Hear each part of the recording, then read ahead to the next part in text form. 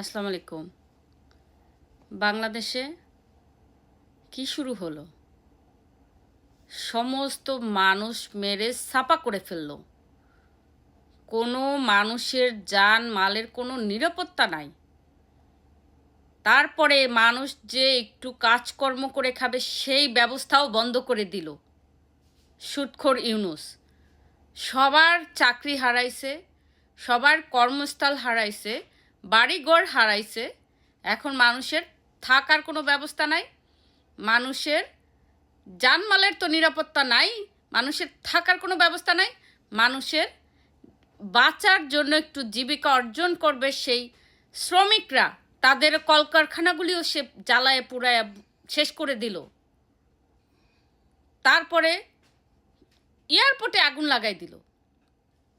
এয়ারপোর্টে আগুন লাগাইয়া বিদেশের যে শ্রমিকগুলি ছিল, যাদের লাশ বাংলাদেশে আসতেছিল, সেই লাশগুলি পর্যন্ত পোড়াইতে হবে।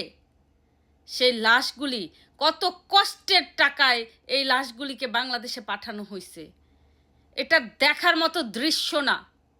এই লাশগুলিকে পোড়াইয়া সুদখোর ইউনূস ওর গদিতে বসা মিটকি মিটকি হাইসা হাইসা হাইসা হাইসা লাশগুলি পোড়াইতেছে। এবং চট্টগ্রামে যে আগুন লাগছে সেখানে কালকে আমি নিউজে দেখলাম ফায়ার সার্ভিস গেল ওখানে। ফায়ার সার্ভিস যাওয়ার পর তারা নাকি মানুষটাকে জিজ্ঞেস করতেছে আপনারা কেন আগুন নিভাচ্ছেন না। তারা নাকি বলতেছে আমাদেরকে অর্ডার দেওয়া হয় নাই। কিসের অর্ডার? তোরা মানুষ বাঁচানোর জন্য তোদের অর্ডার লাগবে?